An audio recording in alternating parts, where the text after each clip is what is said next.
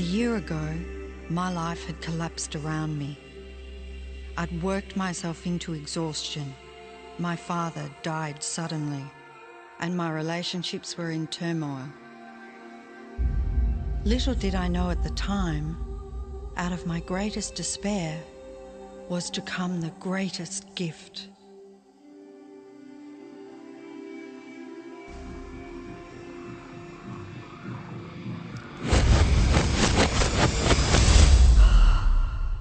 I'd been given a glimpse of a great secret.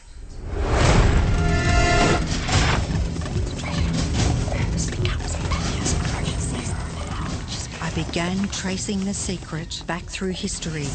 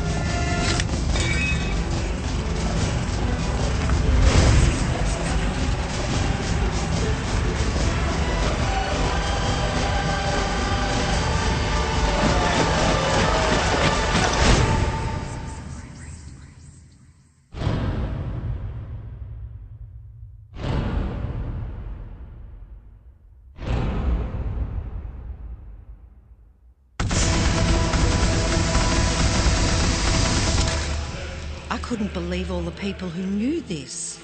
They were the greatest people in history.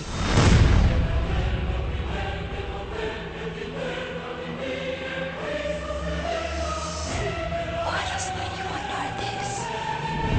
All I wanted to do was share the secret with the world. I began searching for people alive today who know the secret. One by one, they began to emerge.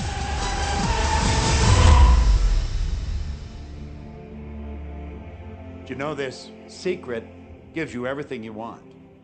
Happiness, health, and wealth. You can have, do, or be anything you want. We can have whatever it is that we choose. I don't care how big it is. What kind of a house do you want to live in? Do you want to be a millionaire? What kind of a business do you want to have? Do you want more success? What do you really want? I've seen many miracles take place in people's lives. Financial miracles, miracles of physical healing, mental healing, healing in relationships. All of this happened because of knowing how to apply the secret. This is the great secret of life.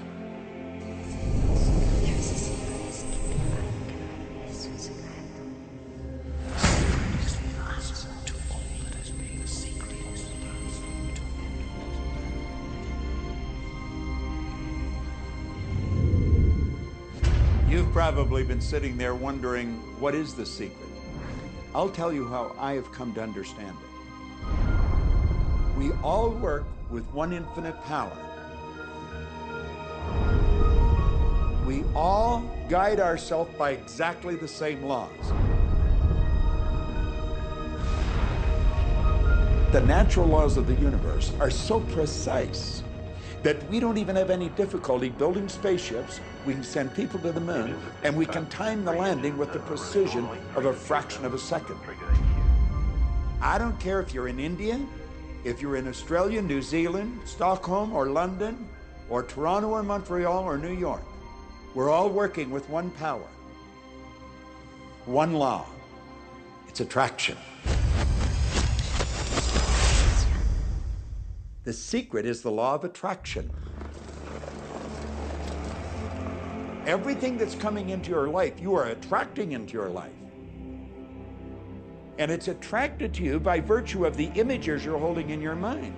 It's what you're thinking. You see, whatever is going on in your mind, you are attracting to you. Now, wise people have always known that. You can go right back to the ancient Babylonians. They've always known this. It's a small, select group of people. Why do you think that 1% of the population earns around 96% of all the money that's being earned? Do you think that's an accident? It's no accident. It's designed that way. They understand something. They understand the secret. And you are being introduced to the secret.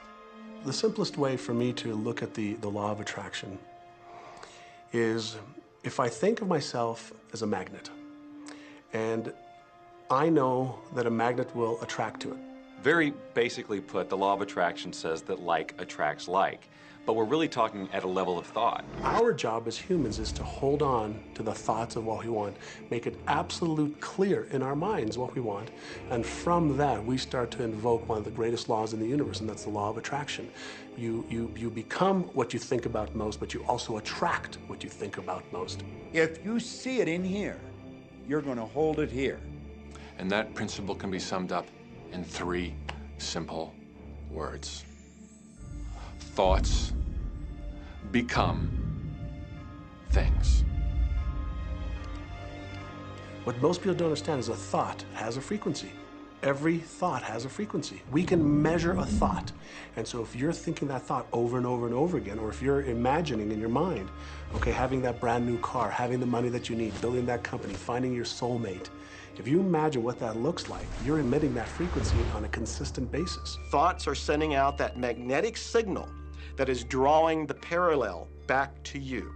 See yourself living in abundance, and you will attract it. It always works. It works every time with every person. Here's the problem. Most people are thinking about what they don't want, and they're wondering why it shows up over and over and over again. The law of attraction doesn't care whether you perceive something to be good or bad, or whether you don't want it or whether you do want it. It's responding to your thoughts. So if you're sitting there looking at a mountain of debt, feeling terrible about it, that's the signal you're putting out into the universe. Wow, I feel really bad because of all this debt I've got. You're just affirming it to yourself. You feel it on every level of your being. That's what you're going to get more of.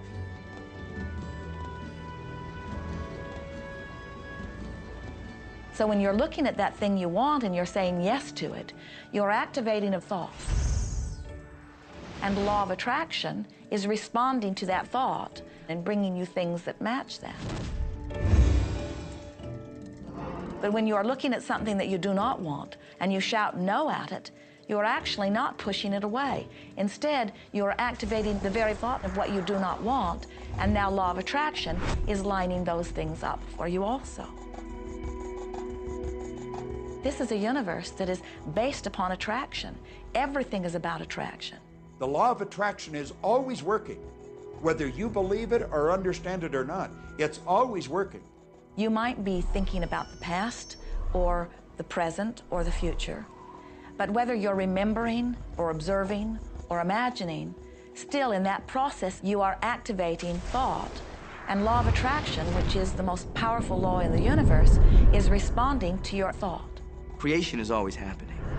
Every time an individual has a thought or a prolonged, chronic way of thinking, they're in the creation process. Something is going to manifest out of those thoughts. Law of attraction says, we'll give you whatever it is you say and focus on. And so if you're complaining about how bad it is, what you're creating is more of how bad it is.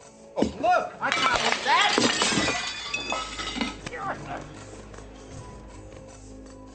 I had a student named Robert.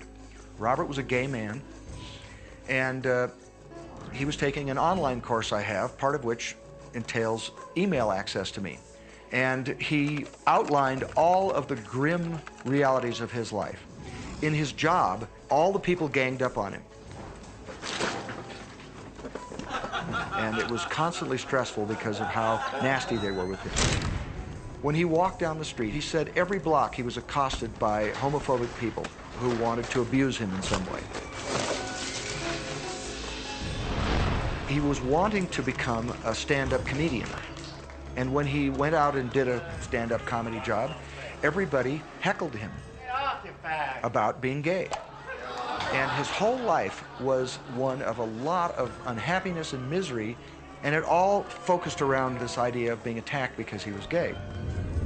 I began to teach him that he was focusing on what he did not want. I directed him back to his email that he sent me and said, read it again. Look at all the things you do not want that you're telling me about. And I can tell you're very passionate about this. When you focus on something with a lot of passion, it makes it happen even faster. And then he really started taking this thing about focusing on what you want to heart. And he began really trying it. What happened within the next 6 to 8 weeks was absolutely a miracle. He said that all the people in his office that had been harassing him either transferred to another department, quit working at the company, or started totally leaving him alone, and he began to love his job. He noticed that when he was walking down the street that nobody came up to him and harassed him anymore. They just weren't there. I'm a very, very gay man. When he went and did his stand-up comedy routines, he started getting standing ovations and nobody was heckling him. His whole life changed because he changed from focusing on what he did not want, what he was afraid of, what he wanted to avoid, to focusing on what he did want.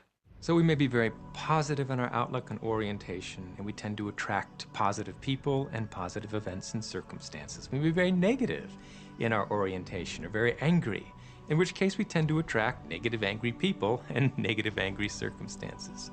And so you end up attracting to you the predominant thoughts that you're holding in your awareness, whether those thoughts are conscious or whether they're unconscious.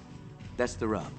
If you look very carefully when it comes to the secret and the power of our mind and the power of our intention in our daily lives, it's all around us. All we got to do is open our eyes and look. You see law of attraction evidenced in your society when you see that the one who speaks most of illness has it, when you see that the one who speaks most of prosperity has it. Law of attraction is evident everywhere around you if you are understanding what it is. It has to do with you being a magnet, attracting thought, attracting people, attracting events, attracting lifestyle. Indeed, everything that you bring into your experience, you bring because of this powerful law of attraction. I mean, I'm not talking to you from the point of view of just wishful thinking or imaginary craziness. I'm talking to you from a deeper, basic understanding. Quantum physics really begins to point to this discovery. It says that you can't have a universe without mind entering into it, that the mind is actually shaping the very thing that is being perceived. Now, if you don't understand it, doesn't mean you should reject it. You don't understand electricity, probably. First of all, no one even knows what electricity is, and yet you enjoy the benefits of it. Do you know how it works? I don't know how it works, but I do know this, that you can cook a man's dinner with electricity, and you can also cook the man.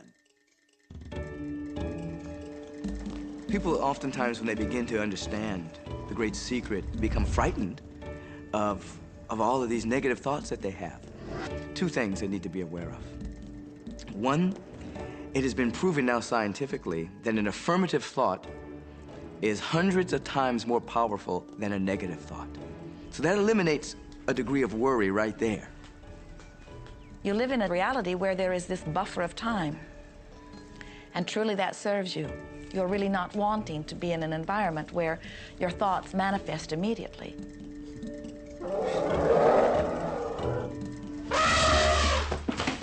The evidence is long in coming, and that is really a good thing.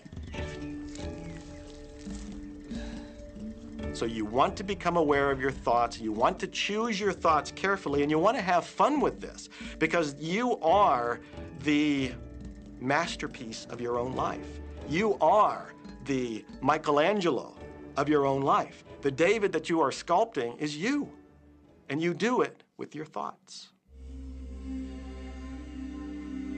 The leaders in the past who had the secret wanted to keep the power and not share the power. So they kept people ignorant of the secret. People went to work, they did their job, they came home. They were on a treadmill with no power because the secret was kept in the few. We live in a universe in which there are laws. Just as there's a law of gravity, if you fall off a building, it doesn't matter whether you're a good person or a bad person, you're gonna hit the ground. Everything that's around you right now in your life, including the things you're complaining about, you've attracted. Now, I know at first blush that's going to be something that you hate to hear. You know, you're going to immediately say, I didn't attract the car accident. I didn't attract this particular client. I didn't particularly attract the debt. I didn't attract whatever it happens to be that you're complaining about. And I'm here to be a little bit in your face and to say, yes, you did attract it. And this is one of the hardest concepts to get. But once you've accepted it, it's life transforming. This is part of the overall giant secret here. And most of us attract by default. We just think that we don't have any control over it. Our thoughts are on autopilot, our feelings are on autopilot, and so everything is just brought to us by default.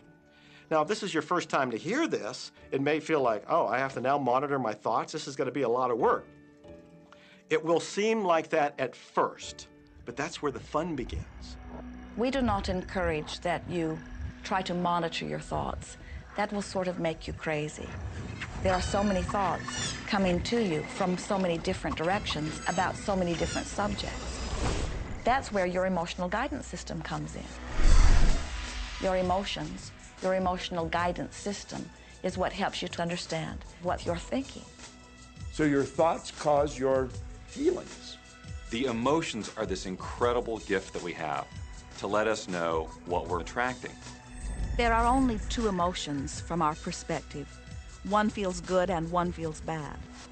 You call them all sorts of different things, but essentially, all of those negative emotions, whether you call it guilt or anger or frustration, all feel much the same.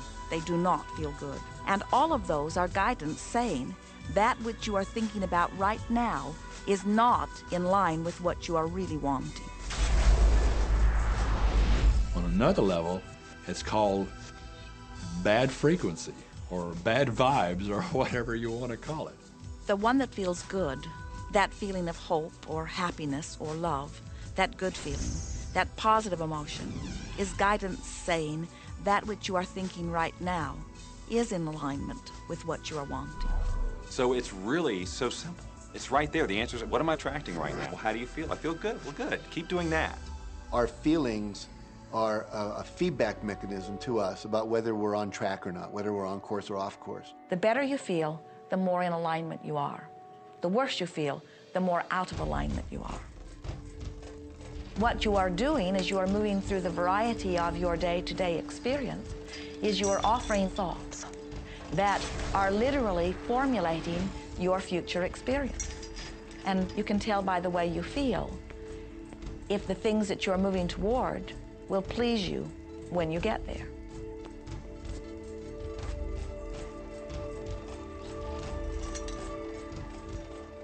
Whatever it is you are feeling is a perfect reflection of what is in the process of becoming.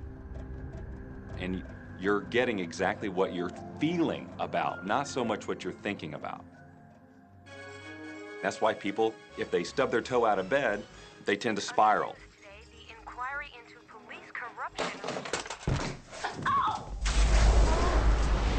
The whole day goes like that, you know. They have no clue that a simple shifting of their emotions can change their entire day and life. If you start out having a good day and you're in that particular happy feeling, as long as you don't allow something to change your mood, you're going to continue to attract, by the law of attraction, more situations, circumstances, people that sustain that happy feeling.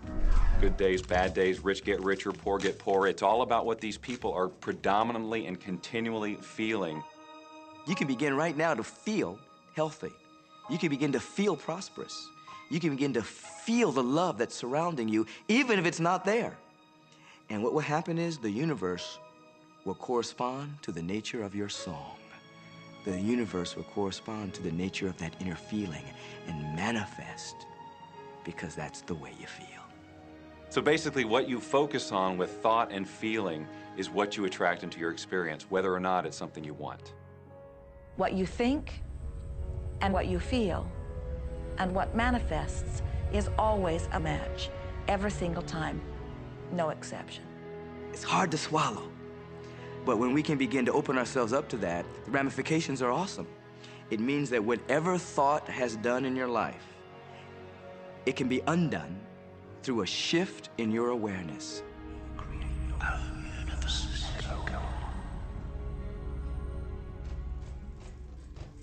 It's really important that you feel good, because this feeling good is what goes out as a signal into the universe and starts to attract more of itself to you.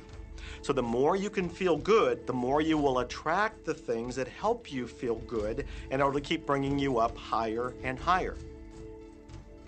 When you're feeling down, do you know that you can change it like that? Put on a beautiful piece of music. Start singing. That'll change your emotion. Or think of something beautiful. Think of a baby. Maybe one you love.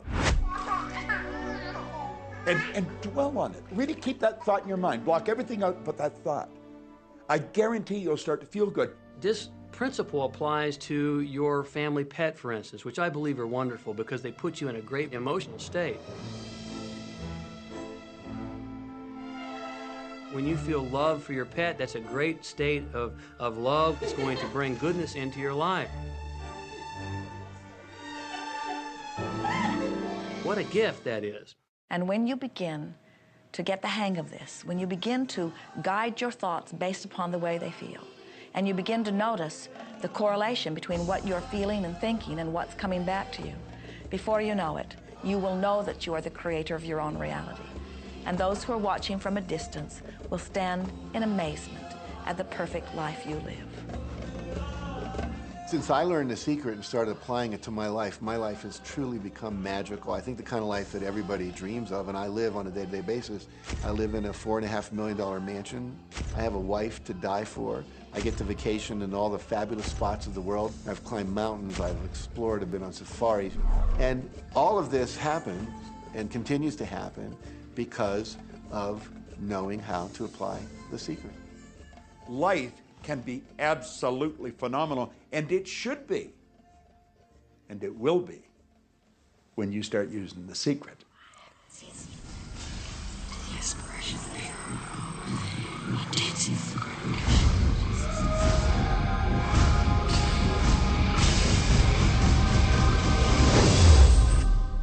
Well, a lot of people ask me what their job is in the creative process and what the job of the universe is. So let's look at that for a moment. Let's use this metaphor. If you think about Aladdin and his lamp, you've probably heard of that one.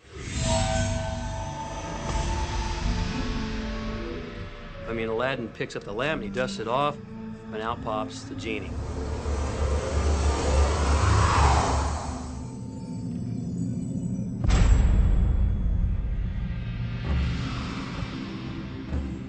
And the genie always says one thing.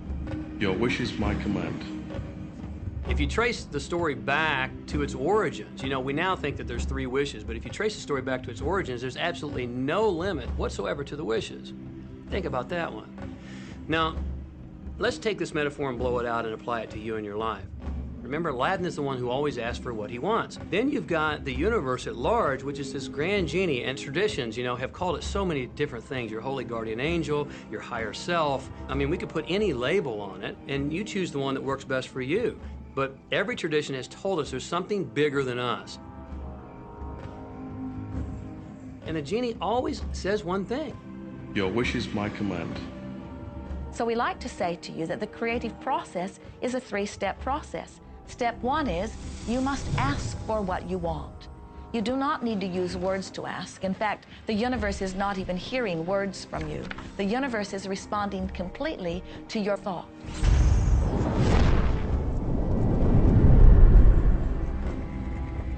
What do you really want? Sit down and write it out on a piece of paper. Write it in the present tense. You might begin by writing, I am so happy and grateful now that, and then explain how you want your life to be in every area. And this is really fun. This is like having the universe as your catalog, and you flip through it and you go, well, I'd like to have this experience, and I'd like to have that product, and I'd like to have a person like that. It is you just placing your order with the universe. It's really that easy. The second step is answer, an answer to what you're asking. And that is not your work in your physical form. The universe will do that step for you. All of the universal forces are responding to the thoughts that you have set into motion. Your wish is my command. And the universe will start to rearrange itself to make it happen for you. Most of us have never allowed ourselves to want what we truly want because we can't see how it's going to manifest. If you do just a little research, it is going to become evident to you that anyone that ever accomplished anything did not know how they were going to do it. They only knew they were going to do it. You don't need to know how it's going to come about. You don't need to know how the universe will rearrange itself. You don't know how, it'll be shown to you. You will attract the way. So then our friends say, something must be going terribly wrong because I know I am asking, so where's my stuff? And we say, you are asking. You are completing step one. You can't help but do that. The universe is answering every time, no exception. But there is another step that you must understand, and it is called step 3, which is the receiving step, which means you must bring yourself into alignment with what you're asking for. When you're in alignment with what you want, you feel wonderful. That's what enthusiasm is. That's what joy is. That's what appreciation is. That's what that feeling of passion is. But when you are feeling despair or fear or anger, those are strong indicators that you are not right now in alignment with what you're asking for. And so when you begin to realize that the way you feel is everything, and you begin to direct your thoughts based upon how they feel, little by little, you can find the feeling place of it, and now you are one with it, and now it must manifest into your experience.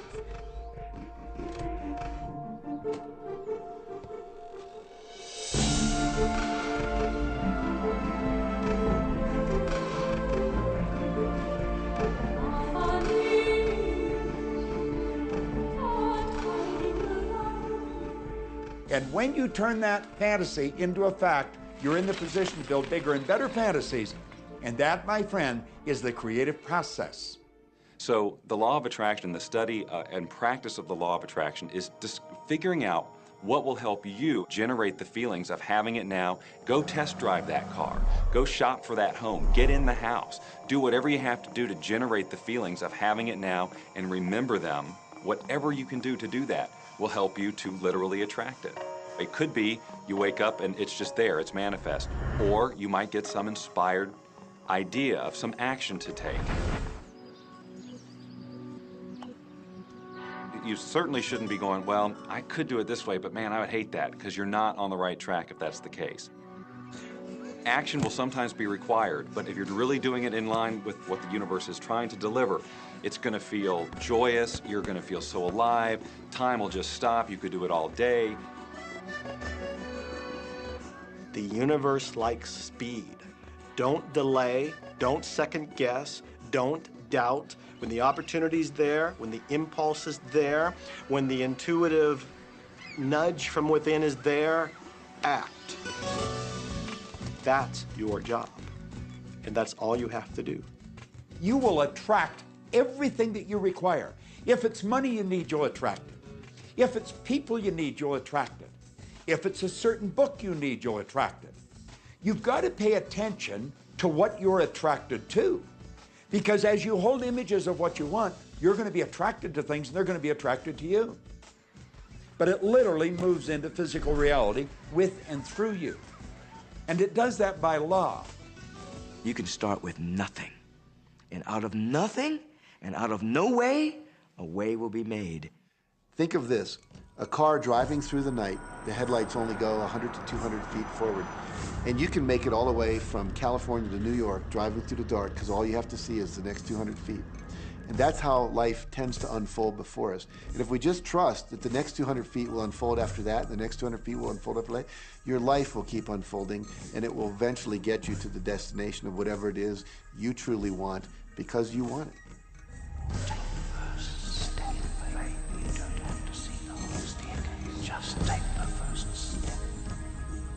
Well, another thing people wonder about is how long is this going to take? How long will it take to manifest the car, the relationship, the money, whatever it happens to be? Well, I don't have any rule book that says it's going to take you 30 minutes or 3 days or 30 days. I think it's more a matter of you being in alignment with the universe itself. Size it's nothing to the universe. It is no more difficult to attract on a scientific level something that we consider huge to something that we consider infinitesimally small. The universe does everything it does with zero effort. Grass doesn't strain to grow. It's effortless. It's just this great design. It's all about what's going on up here. It's about what we put in place, saying this is big, it's going to take some time. This is small, oh, I'll give it an hour. You know, those are our rules that we define. There are no rules according to the universe. You provide the feelings of having it now, it will respond. Some people have an easier time with little things, and so we sometimes say, well, start with something small, like a cup of coffee. Make it your intention to attract a cup of coffee today. Hold an image of talking to an old friend that you haven't seen for a long time. Somehow or another, somebody's going to start talking to you about that person. That person's going to phone you, or you'll get a letter from them. People are amazed how that I line up car parks, and I've done this right from when I first understood The Secret. I would visualize a car space exactly where I want it, and 95% of the time it would be there for me, and I just pull straight in. 5% of the time I have to wait just a minute or two, and the person would pull out, and I'd pull in. So I do that all the time.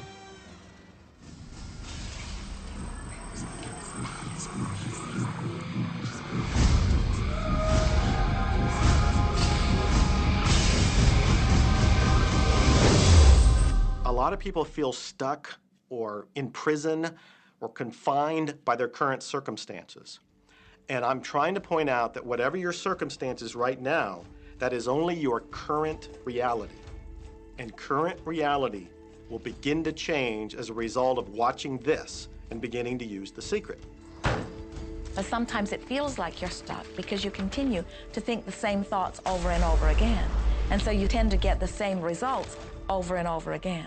And the reason is because most people offer the majority of their thought in response to what they are observing. You see, if you're just looking at what is, then you're just thinking about what is. And when you think about what is, law of attraction gives you more of it. And then if you just observe what is, then you're just thinking about what is. And law of attraction gives you more of what is. And then if you just observe, well, we've been over this, haven't we? You have to find a way that you are approaching what is through a different vantage point. Most people look at their current state of affairs and they say, this is who I am. That's not who you are. That's who you were. You see, if you look at your current state of affairs right now, let's say, for instance, that you don't have a lot of money in your bank account, or you don't have the relationship that you want, or your health and fitness isn't up to par. That's not who you are. That's the residual outcome of your past thoughts and actions. So we're constantly living in this residual, if you will, of the thoughts and the actions we've taken in the past. When you look at your current state of affairs and define yourself by that, then you doom yourself to have nothing more than the same in the future. All that we are is the result we have thought. Okay, what can you do right now to begin to turn your life around? I'll tell you 2 or 3 things. Start making a list of things to be grateful for. Start with that, because this shifts your energy. It starts to shift your thinking. Where before this exercise, you might be focusing on what you don't have, and you might be focusing on your complaints, and you might be focusing on whatever the problems are.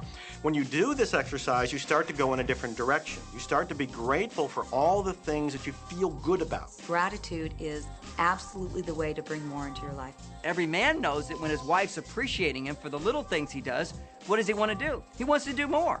It's always about appreciation. It pulls things in. It attracts support. I've said for many years that whatever we think about and thank about, we bring about. Because that's that feeling that you have to have, you know. And so for me, it's been such a powerful exercise every morning to get up and say thank you. Every morning when my feet hit the floor, thank you. And then I start running through what I'm grateful for as I'm going to brush my teeth and do the things I do in the morning. And I'm not just thinking about them and doing some rote routine, but I'm putting it out there and I'm feeling the feelings of gratitude. Because as soon as you start to feel differently about what you already have, you will start to attract more of the good things, more of the things you can be grateful for. Because you can look around and say, well, look, I don't have the car I want, I don't have the house I want, I don't have the health I want, I don't have the spouse I want. Oh, back up, back up. Those are all the things you don't want. Focus on what you already have that you're grateful for. And it might be you have the eyes to watch this.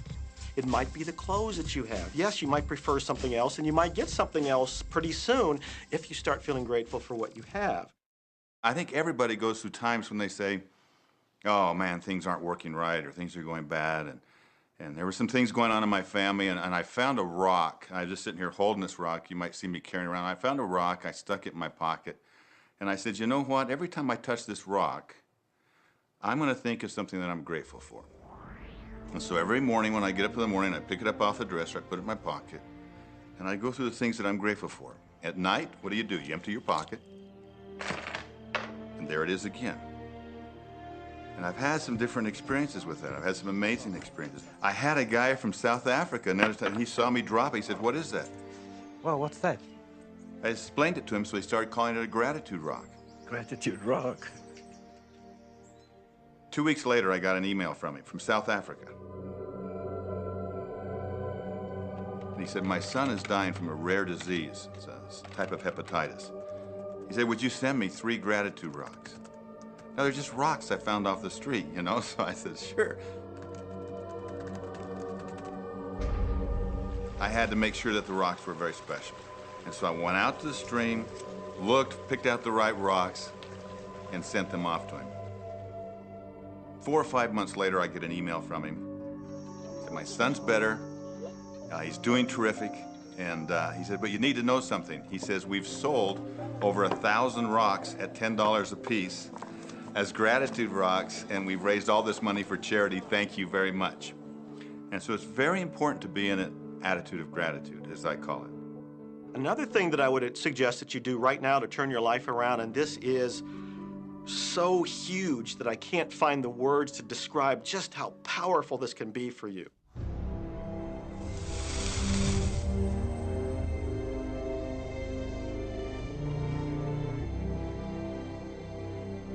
I took the visualization process from the Apollo program and instituted it during the 1980s and 90s into the Olympic program. And it was called visual motor rehearsal. When you visualize, then you materialize. And the interesting thing about the mind is we took Olympic athletes and then hooked them up to sophisticated biofeedback equipment and had them run their event only in their mind. Incredibly, the same muscles fired in the same sequence when they were running the race in their mind as when they were running it on the track. How could this be? Because the mind can't distinguish whether you're really doing it or whether it's just a practice. I think if you've been there in the mind, you'll go there in the body. When you're visualizing, when you've got that picture playing out in your mind, always and only dwell upon the end result.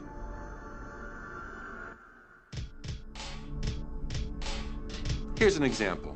Look at the back of your hands right now. Really, look at the back of your hands. The color of your skin, the freckles, the blood vessels, the rings, the fingernails, the fake fingernails. Take in all those details right before you close your eyes. And then see those hands, your fingers, wrapping around the steering wheel of your brand new car.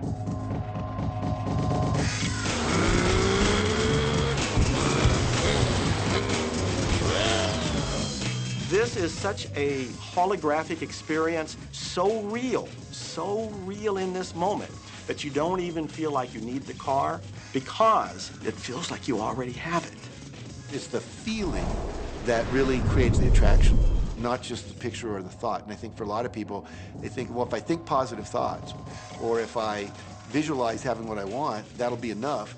But if you're doing that and still not feeling abundant or feeling, you know, loving and joyful, then it doesn't, from my mind, really create the power of the attraction. This is where the secret actually moves into action.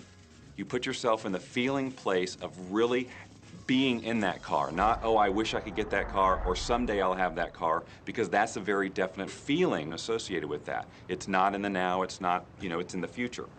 If you stay in that feeling, it will always be in the future. Feel the joy, feel the happiness, no matter how silly it seems in that dark and quiet room, and you're going, woohoo! Do it! A lot of people will say, you know, come on, do I have to do that? How bad do you want change?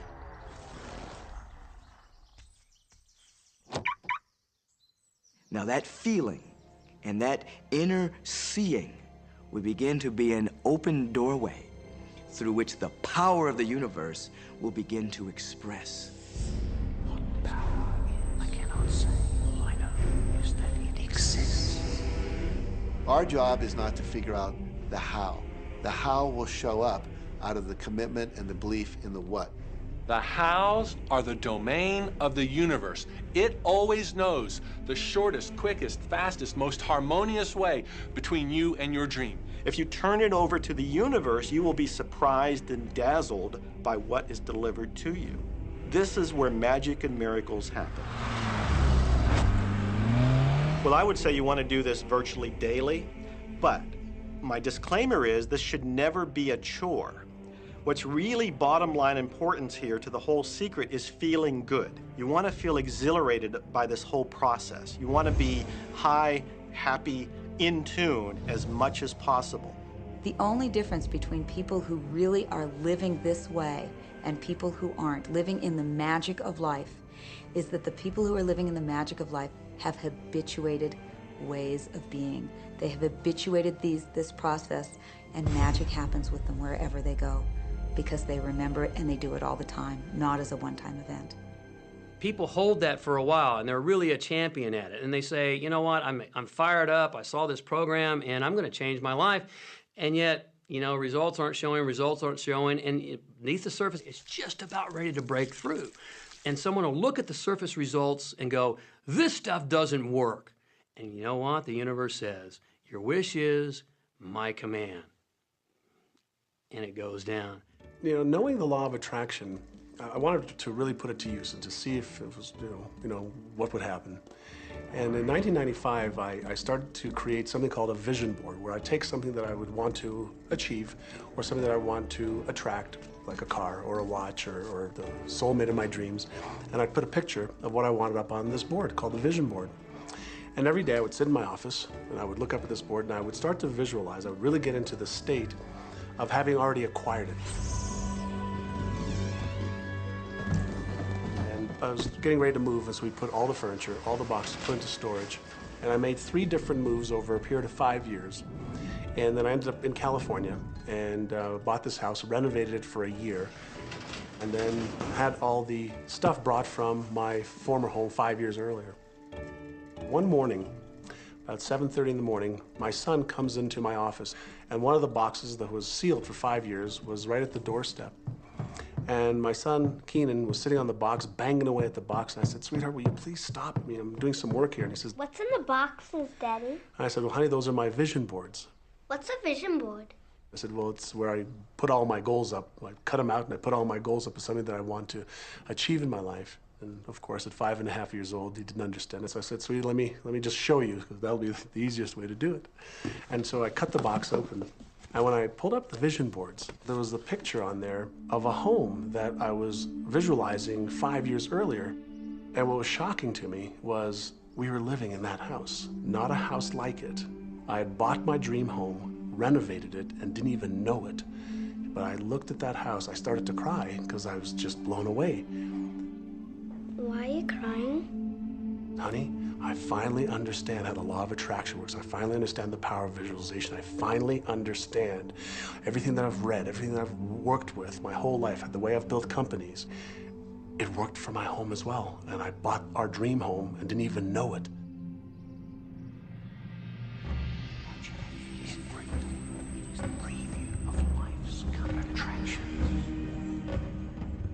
Decide what you want. Believe you can have it. Believe you deserve it. Believe it's possible for you. And then close your eyes every day for several minutes and visualize having what you already want and feeling the feelings of already having it. Come out of that and focus on what you're grateful for already. And really enjoy it, okay? And then go into your day and release it to the universe and trust that the universe will figure out how to manifest it.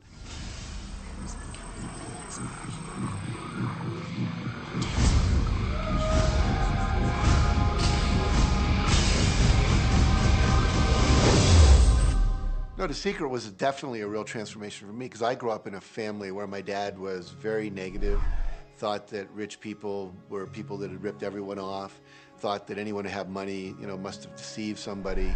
And so I grew up with a lot of beliefs about money, that if you had it, it made you bad. Only evil people have money. And, money doesn't grow on trees. That was a big one. Who do you think I am, Rockefeller? That was one of his favorite phrases. So I grew up truly believing that life was difficult, that it was hard, you had to struggle. And it was only when I met W. Clement Stone that I literally began to shift my life. Whatever the mind of man can conceive and achieve. When I was working with Stone, he said, I want you to set a goal that's so big that if you achieved it, it would blow your mind. And you would know it's only because of what I've taught you that you would have achieved this goal. Well, at the time, I was making about $8,000 a year. And for some reason, I wanted something that was really measurable. So I said, I want to make $100,000 in a year. Now, I had no idea how I could do that. I saw no strategy, no possibility, but I just said, I'm going to declare that, I'm going to believe it, I'm going to act as if it's true, and release it. And so I did that. And one of the things he taught me was every day to close your eyes and visualize the goal as if it's already achieved. And I had actually made a $100,000 bill that I put on the ceiling. So the first thing I'd see when I woke up, I'd look up and there it was, and it would remind me that this was my intention. And then I would close my eyes and visualize having this $100,000 a year lifestyle. And interestingly enough, nothing major happened for about 30 days. I didn't have any great breakthrough ideas. No one was offering me more money.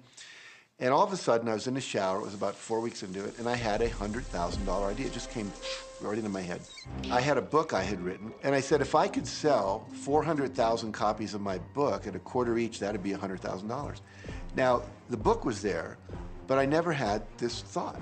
And one of the secrets, I think, is that when you have inspired thought, you have to trust it, and you have to act on it. Now, I didn't know how to do that. I didn't know how I was going to sell 400,000 copies. We'd never done that. And then I saw the National Enquirer at the supermarket. I had seen that millions of times, and it was just background. And all of a sudden, it jumped out of me as foreground, and I thought, wow, if readers knew about my book, certainly 400,000 people would go out and buy it. And about 6 weeks later, I gave a talk at Hunter College in New York to 600 teachers, and this lady comes up at the end and she says, that was a great talk. I'd like to interview you. Let me give you my card. And I said, who do you write for? I'm a freelancer, but I sell most of my stuff to the National Enquirer. And I had this little theme from the Twilight Zone went off in my head. Na, na, na, na, na, na, na. You're like, whoa, this stuff's really working. So that article came out, and our book sales started to take off. But the point I want to make is that I was attracting into my life all these different events, including this person. And to make a long story short, I did not make $100,000 that year. We made $92,327. But do you think we were like depressed and going, this doesn't work? No, we were going, whoa, this is amazing. And so my wife said to me, wow, if it works for 100,000, you think it'd work for $1 million? And I said, I don't know, I think so, let's try it. My publisher actually wrote me a check as a royalty check for our first Chicken Soup for the Soul book. And he actually put a smiley face in his signature because it was the first $1 million check he'd ever written. And so I know from my own experience, because I wanted to test it, does this secret really work? And when we put it to the test, it absolutely worked. And now I live my life from that every single day. Well, I can just imagine what a lot of people that are watching this are thinking. And that is, how can I attract more money into my life? How can I get more of the green stuff? How can I get more wealth and prosperity? How can I, when I love my job, deal with the credit card debt that I have? And the realization that maybe there's a ceiling on the money that can come in because it's coming to me through my job. How can I bring in more? Intended. This goes back to one of the things we've been talking about throughout the whole secret. Your job is to declare what you would like to have from the catalog of the universe. Well, if cash is one of them, say how much you would like to have. I would like to have $25,000 unexpected income within the next 30 days. or whatever it happens to be. It should be believable for you. Most people have a goal of getting out of debt. That'll keep you in debt forever. Whatever you're thinking about, you will attract. You'll say, but it's get out of debt. I don't care if it's get out or get in. If you're thinking debt, you're attracting debt. Set up an automatic debt repayment program and then start to focus on prosperity. So many times people say to me, well, I'd like to double my income in the next year. But then you look at their actions and they're not doing the things that are going to make that happen. And you know, they'll turn right around and go, well, I can't afford that. Okay, guess what? Your wish is my command. As you are fussing about not having enough money, as you are talking to your friend about not having enough money, as you are feeling unhappy about not having enough money, you are actually activating within yourself or continuing the activation of a thought that is very different from the desire that you have launched. What it just comes down to is you just can't want more money and focus upon not enough. When I first understood The Secret, I was getting bills. Every day I'd get a bunch of bills in the mail. And I thought, how do I turn this around? The law of attraction states that what you focus on, you will get. So I got a bank statement. I whited out the total and I put a new total in there. I put exactly how much I wanted to see in the bank. So I thought, what if I just visualize checks coming in the mail? So I just visualize a bunch of checks coming in the mail. Within just 1 month, things started to change. And it is amazing. Today, I just get checks in the mail. I get a few bills, but I get more checks than bills. I grew up on you have to work hard for money, you have to work hard for money. And so I replaced that with money comes easily and frequently. Now, in the beginning, it feels like a lie, right? There was a part of your brain that will say, oh, you liar, it's hard. So you have to know it's this little tennis match that will go on for a while. When it comes to creating wealth, wealth is a mindset. It's all about how you think. I'd say 80% of my coaching that I do one-on-one with folks is about their psychology and the way they think. And I know when people are listening, they say, oh, well, you can do it, I can't. Every person has the capability to change the way they're in a relationship and conversation with money. I find so many people who maybe make a tremendous amount of money, but their relationships stink.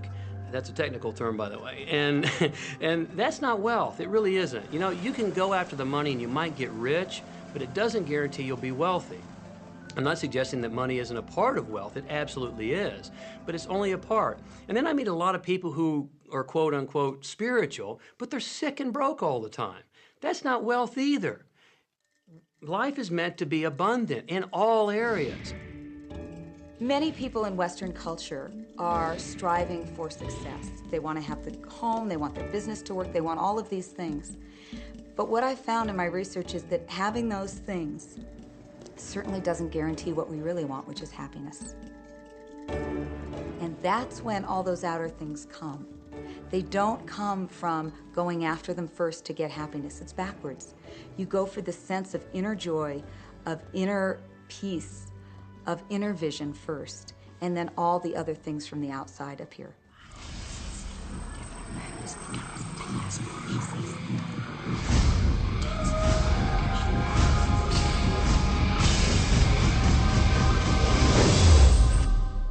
The secret means for me actually that we are creators of our universe, and that every wish of what we want to create will manifest in our life. Therefore, it's very important what you wish, what your thoughts are, what your feelings are, because it will manifest. Now, one day I went into somebody's home, and he was an art director of a very famous film producer. And in every corner, he had this beautiful image of a woman, a naked woman dressed with a fabric, kind of doing this, kind of saying, oh, I don't look at you, I don't see you, you know. And I said, I think you have trouble in your romance. Are you a clairvoyant or something?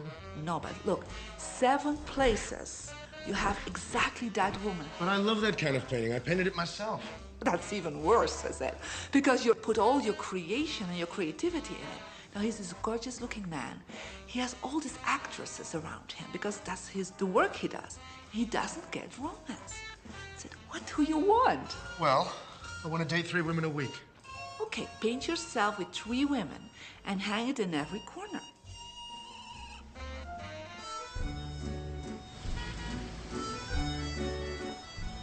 6 months later, I see him in Europe and said, how is your love life? Great. They just call me. They all want to date me. Because that's your wish. Now I have like 3 dates a week.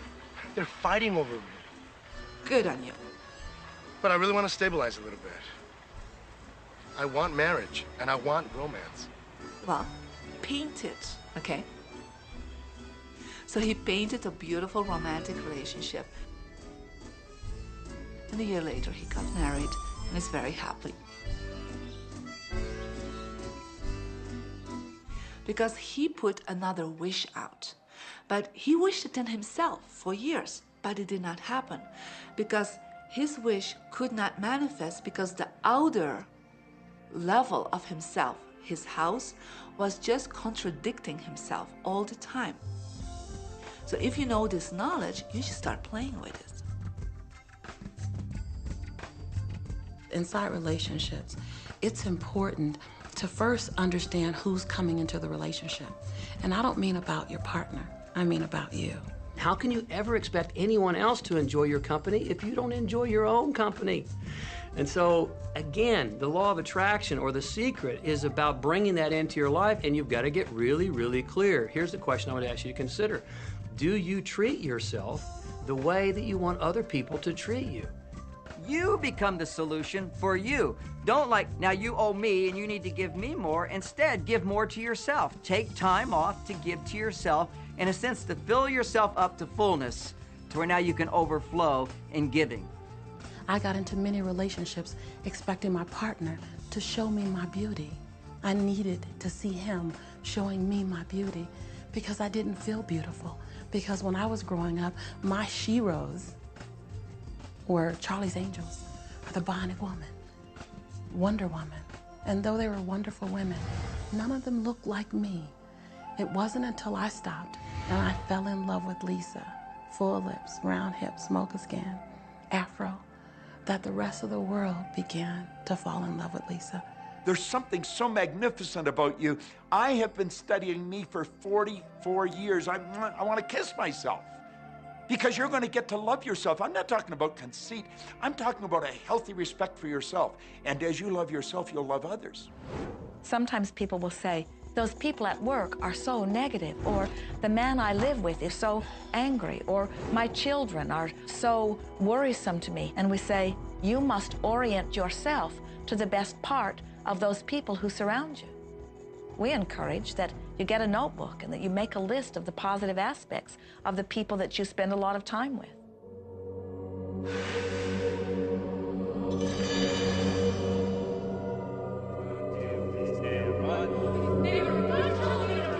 There could be someone that you have a terrible experience with, a terrible relationship with.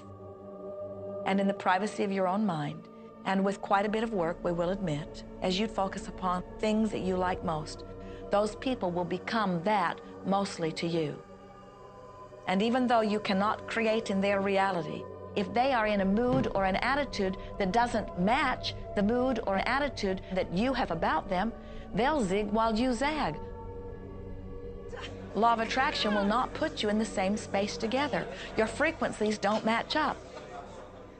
If you knew your potential to feel good, you would ask no one to be different so that you can feel good.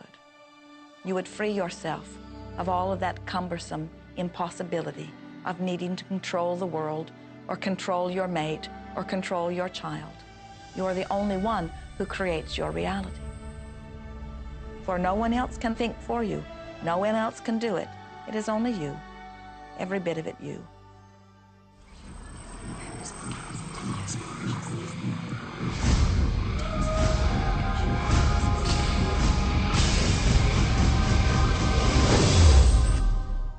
It's important to recognize that our body is really the product of our thoughts. We're beginning to understand in medical science the degree to which the nature of thoughts and emotions actually determines the physical substance and structure and function of our bodies. We've known in the healing arts of a placebo effect. A placebo is something that supposedly has no impact and no effect on the body, like a sugar pill or something. You tell the patient that this is just as effective, and what happens is the placebo has the same effect, if not greater effect, than sometimes the medication is supposed to be designed for that effect. So they found out that the human mind is the biggest factor in the healing arts. more so than sometimes the medication. If somebody is in a situation where they're sick and they have an alternative to try to explore what is in their mind creating it versus using medicine, if it's an acute situation that could really bring death to them, then obviously the medicine is a wise thing to do while they explore what the mind is about. So you don't want to negate medicine. Every form of healing has a place. There is only a stream of well-being that flows, you know. It is a stream of pure positive energy. And the universe, all that we know, is abundant with only that. This is a world that is based upon well-being, and well-being dramatically abounds.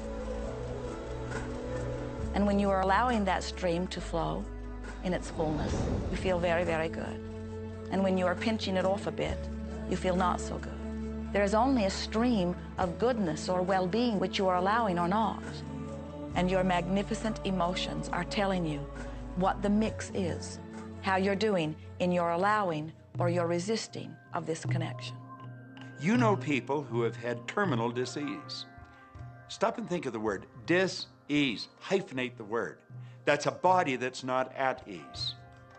We've got 1,000 different diagnoses and disease out there. They're just the weak link. They're all the result of one thing: stress. And you put enough stress on the chain, you put enough stress on the system, and one of the links breaks. Our physiology creates disease to give us feedback, to let us know we have an imbalanced perspective and we're not loving and we're not grateful. So the body's signs and symptoms are not something terrible.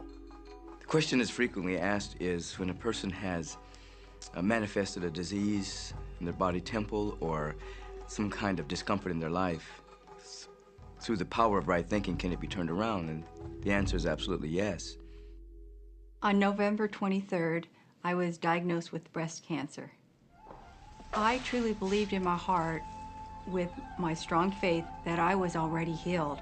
During the day, all day long, I would just say, thank you for my healing. On and on and on I went, thank you for my healing. I believed in my heart I was healed. I saw myself as if cancer was never in my body. One of the things I did to heal myself was to watch very funny movies. That's all we would do, is just laugh, laugh, laugh. We couldn't afford to put any stress in my life because we knew stress was one of the worst things you can do while you're trying to heal yourself. From the time I was diagnosed, which was November 23rd, to the time I was healed totally was approximately 3 months.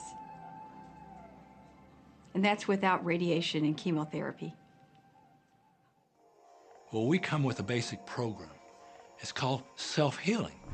You get a wound, it grows back together. You get a bacterial infection, the immune system comes and takes care of those bacteria and heals it up. The immune system is made to heal itself. Dis-ease cannot live in a body that's in a healthy emotional state. Your body is casting off millions of cells every second, and it's creating millions of new cells. In fact, literally, parts of our body are replaced every day. Other parts take a few months, other parts a couple of years. But within a few years, we have a brand new physical body.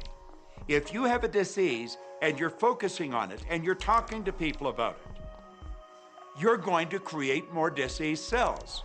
See yourself living in a perfectly healthy body. Let the doctor look after the disease.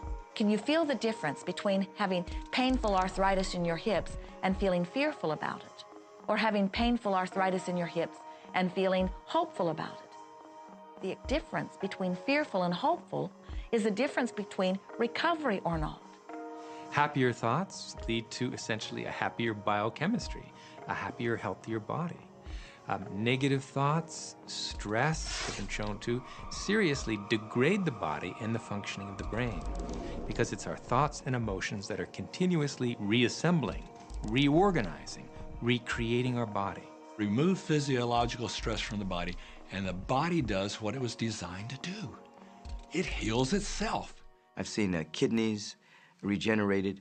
I've seen cancer dissolved. I've seen eyesight improve and come back. I always say that incurable means curable from within. You can change your life and you can heal yourself.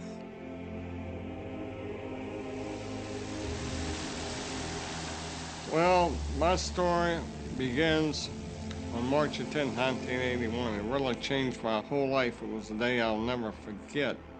I crashed an airplane.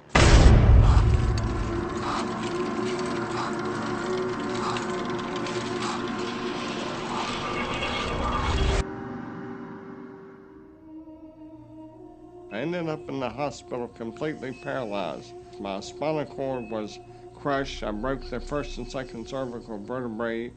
My swallowing reflex was destroyed. I couldn't eat or drink. My diaphragm was destroyed. I couldn't breathe. All I could do was blink my eyes. The doctors, of course, said all my life I'd be a vegetable. All I'd do is blink my eyes the rest of my life. That's the picture they saw of me, but it didn't matter what they thought. The main thing was what I thought.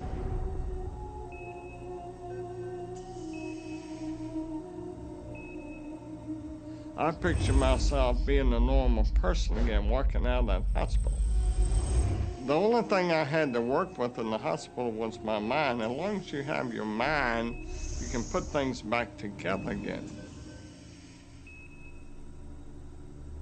I was hooked to a respirator, and they said I'd never breathe on my own again because my diaphragm was destroyed. But this little voice kept saying to me, breathe deep, breathe deep.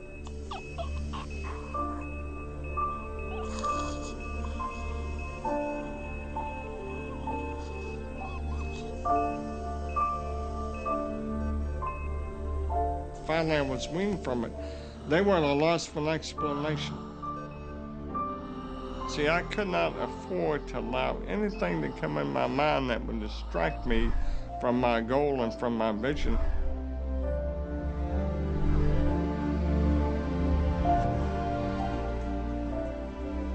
Well, I set a goal to walk out of the hospital on Christmas. That was my goal.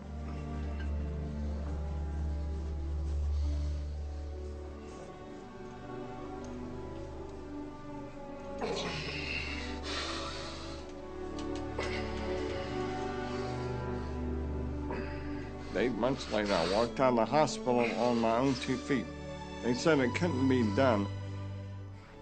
That's a day I will never forget. For people that are sitting out there right now watching this program that are hurting, if I wanted to sum up my life and sum up for people what they can do in life, I would sum it up this way in 6 words. Man becomes what he thinks about.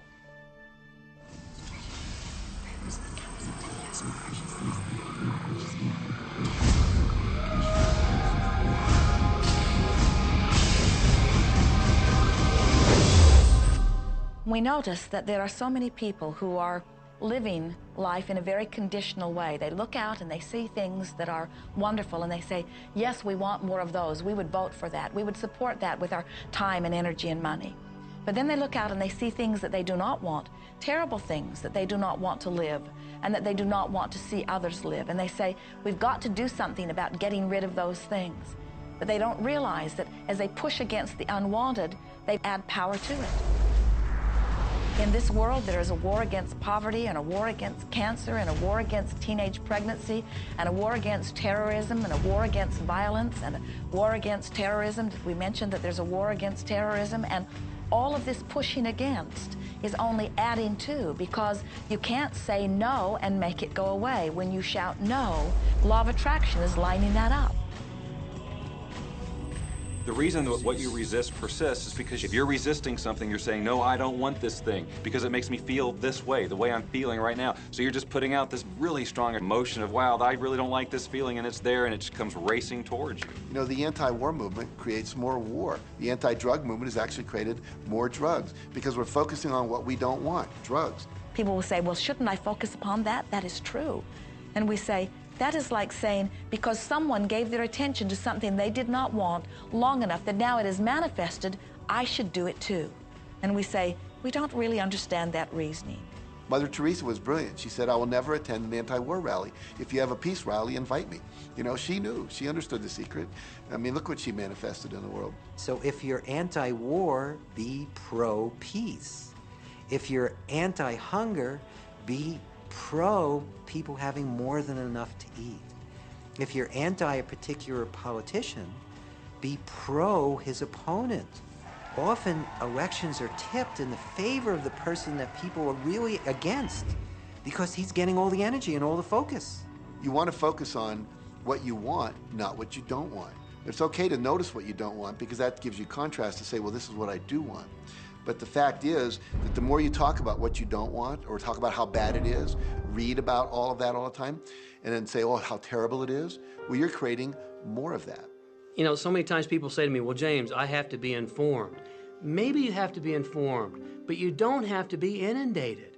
Learn to become still and to take your attention away from what you don't want and all the emotional charge around it and place the attention on what you wish to experience. I always say when the voice and the vision on the inside become more profound and more clear and loud than the opinions on the outside, you've mastered your life.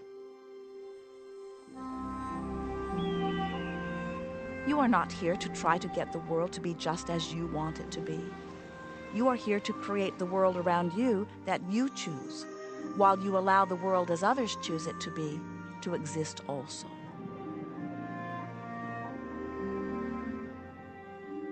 One of the questions I get almost all the time, and it's probably on somebody's mind right now if it's not on yours, and that's the idea that, well, if everybody uses The Secret and they all treat the universe like a catalog, aren't we going to run out of stuff? Won't everybody just make a run for it and bust the bank? What's beautiful about the teaching of the Great Secret is that there's more than enough to go around for everyone. There is a lie that acts like a virus within the mind of humanity. And that lie is there's not enough good to go around. There's lack, and there's limitation, and there's just not enough. That lie has people living in fear, greed, stinginess, and those thoughts of fear, greed, stinginess, and lack become their experience. So the world has taken a nightmare pill. Now, the truth is, there's more than enough good to go around. There's more than enough creative ideas. There's more than enough power. There's more than enough love. There's more than enough joy. All of this begins to come through a mind that is aware of its own infinite nature. Every great teacher who's ever walked the planet has told us that life was meant to be abundant. And so, just when we think that resources are dwindling, we find new resources to achieve the same things.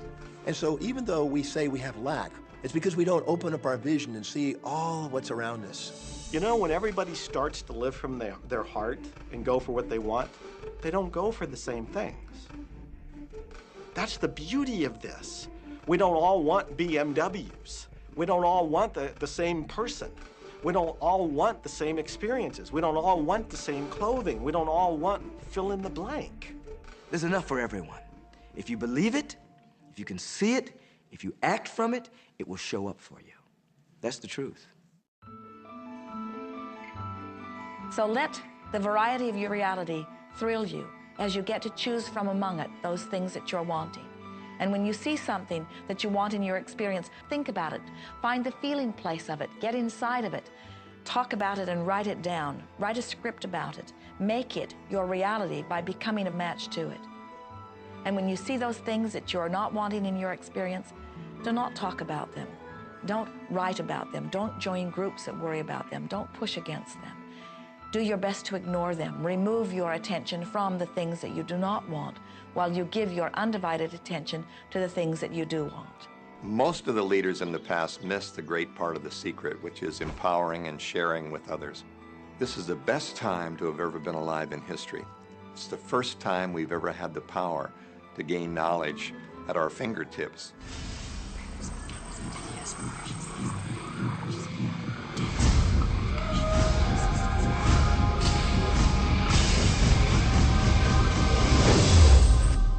When we look around us, even at our own bodies, what we see is the tip of the iceberg. Think of this for a moment. Take your hand and look at it. Now, your hand looks solid, but it's really not. If you put it under a proper microscope, you'd see a massive energy vibrating. Everything is made up of the exact same thing, whether it's your hand, whether it's the ocean, or whether it's a star. Everything is energy. And let me help you understand that just a little bit. There's the universe, of course, and our galaxy, and our planet, and then individuals, and then inside of this body are organ systems, and then there's cells, and then there's molecules, and then there's atoms, and then there is energy. So there are a lot of levels to talk about something on, but everything in the universe is energy. I don't care what city you're living in, you've got enough power in your body, potential power, to illuminate the whole city for nearly a week. Most people define themselves by this finite body, but you're not a finite body. I mean, even under a microscope, you're an energy field. Well, what we know about energy is this. You go to a quantum physicist and you say, what creates the world? And he or she will say, energy. Well, describe energy. Okay, it can never be created or destroyed. It's always was, always has been. Everything that ever existed always exists. It's moving into form, through form, and out of form. Okay, great. You go to a theologian and you ask the question, what created the universe? And he or she will say, God. Okay, describe God. Always was and always has been, never can be created or destroyed, all that ever was, always will be, always moving into form, through form, and out of form. You see, it's the same description, just different terminology. And so if you think you're this meat suit running around, think again. You're a spiritual being. You're an energy field operating in a larger energy field. We're all connected. We just don't see it. There isn't an out there and an in here. Everything in the universe is connected. It's just one energy field. You are extensions of source energy, and you are here in these magnificent bodies, but your bodies have distracted you, for the most part, from who you really are. You are source energy. You are eternal beings. You are God force. You are that which you call God. Scripturally, we could say that we are the image and the likeness of God. We could say we are another way that the universe is becoming conscious of itself. We could say that we are the infinite field of unfolding possibility. All of that would be true. Every great tradition has told you that you were created in the image and the likeness of the creative source. That means that you have God potential and power to create your world, and you are. You are. And maybe you've created things to this point that are wonderful and worthy of you, and maybe you haven't. The question I'd ask you to consider is, do the results you have in your life, are they what you really want? And are they worthy of you? If they're not worthy of you, then when would now be the right time to change those? Because you have the power to do that.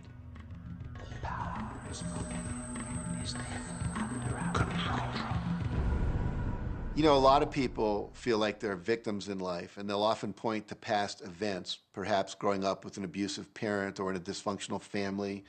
And I would add as a parenthesis here that most psychologists believe that about 85% of families are dysfunctional. So it's like all of a sudden you're not so unique. My parents were alcoholics, my dad abused me, my mother divorced him when I was 6. From the age of 13 to 18, I was involved in street gangs. I had a severe motorcycle accident. I was homeless at one point in Dallas. I lived in poverty for 15 years in Houston. When I was a child, I had learning difficulties, and I was considered learning disabled, and I was told I would never read, write, or communicate, never amount to anything, not go very far in life. I mean, that's almost everybody's story in some form or not. So that's just called so what. The real what is, what are you going to do now? What do you choose now? Because you can either keep focusing on that or you can focus on what you want. And when people start focusing on what they want, what they don't want falls away. And that part expands and the other part disappears. We are wanting you to come to the place where you're beginning to offer your thought deliberately, where you're guiding your thoughts on purpose, where you are the creator of your own experience because you are the manager of your own thoughts. The beautiful thing about the law of attraction is that you can begin where you are, and you can begin to think, real thinking, and you can begin to generate within yourself a feeling tone of harmony and happiness. The law will begin to respond to that. So now you start to have different beliefs, like there is more than enough in the universe, or you have the belief that everything goes right for me. Or you have the belief that I'm not getting older, I'm getting younger. We can create it the way we want it by using the law of attraction. And you can break yourself free from your hereditary patterns, cultural codes, social beliefs, and prove once and for all that the power within you is greater than the power that's in the world.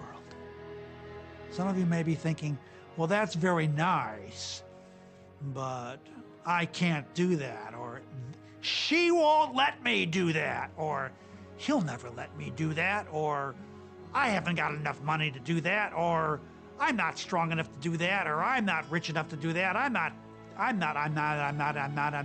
Every single I'm not is a creation. Whether you can or you can't, you are right. Are there any limits to this? Absolutely not. We are unlimited beings. We have no ceiling. The capabilities and the talents and the gifts and the power that is within every single individual on this planet is unlimited.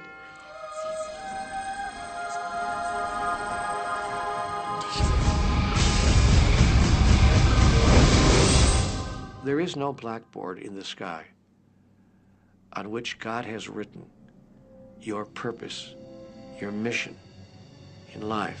There's no blackboard in the sky that says, Neil Donald Walsh, a handsome guy who lived in the first part of the 21st century, who, colon, then there's a blank, you know, and all I have to do to really understand what I'm doing here, why I'm here, is to find that blackboard and find out what God really has in mind for me. But the blackboard doesn't exist. So your purpose is what you say it is. Your mission is the mission you give yourself. Your life will be what you create it as, and no one will stand in judgment of it now or ever. It took a lot of years for me to get this, because I grew up very much with this idea that, you know, there was something I was supposed to do, and if I wasn't doing it, I was like, God wouldn't be happy with me, you know? When I really got that my primary aim was to feel and experience joy, then I began to do only those things which brought me joy. We have a saying, you know, if it ain't fun, don't do it, you know? Joy, love, freedom, happiness, laughter. That's what it is. And if you've just experienced joy sitting there and meditating for an hour, by golly, do that.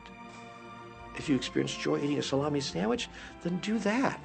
When I pet my cat, I'm in a state of joy. When I walk in nature, I'm in a state of joy. So I want to constantly put myself in that state.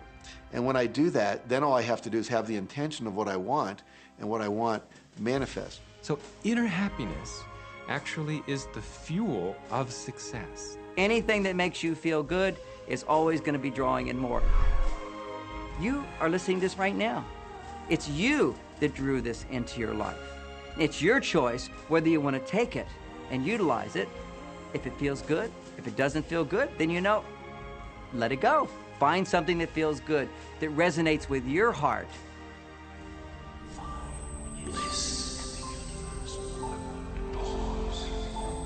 Joseph Campbell said, "Follow your bliss." We think those are the best words we have ever heard spoken from a human tongue. And if one could follow one's bliss, you would follow the trail to abundance and well-being on all subjects. Enjoy life with us, because life is phenomenal. It's a magnificent trip. You will live in a different reality, a different life, and people will look at you and say, "What do you do different than me?"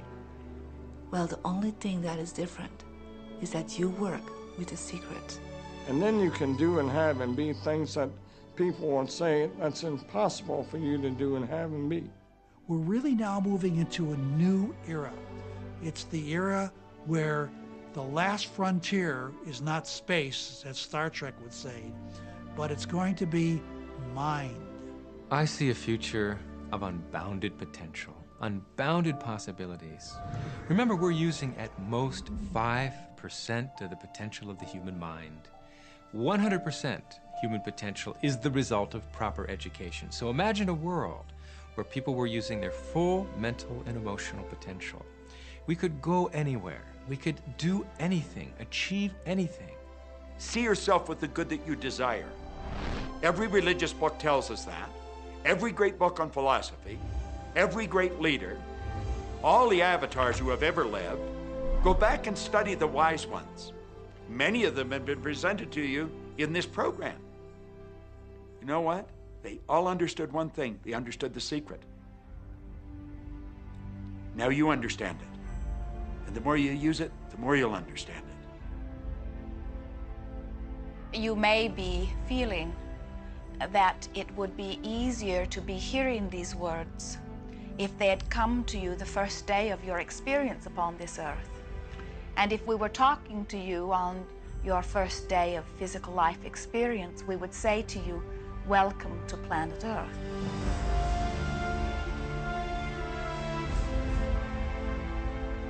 There is nothing that you cannot be or do or have. You are a magnificent creator, and you are here by your powerful and deliberate wanting to be here. Go forth, giving thought to what you are wanting, attracting life experience to help you decide what you want, and once you have decided, giving thought only unto that. Most of your time will be spent collecting data that will help you decide what it is you want.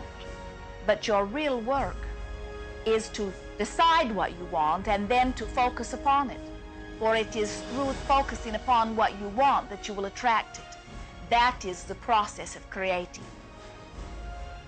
I believe that you're great, that there's something magnificent about you. Regardless of what has happened to you in your life, regardless of how young or how old you think you might be, the moment you begin to think properly, there's something that is within you, there's power within you that's greater than the world, it will begin to emerge.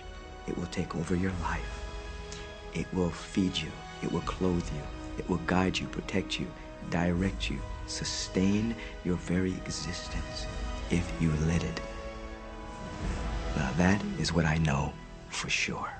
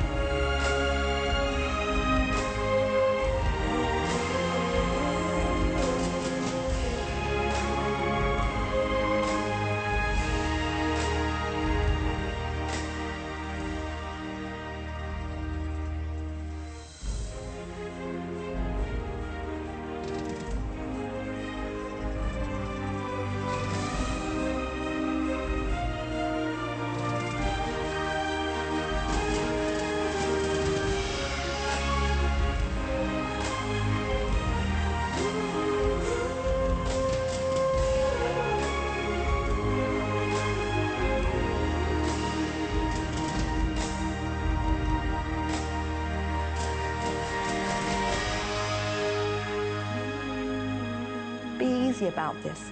Have fun with it. There is nothing you are supposed to do, only that which you want to do.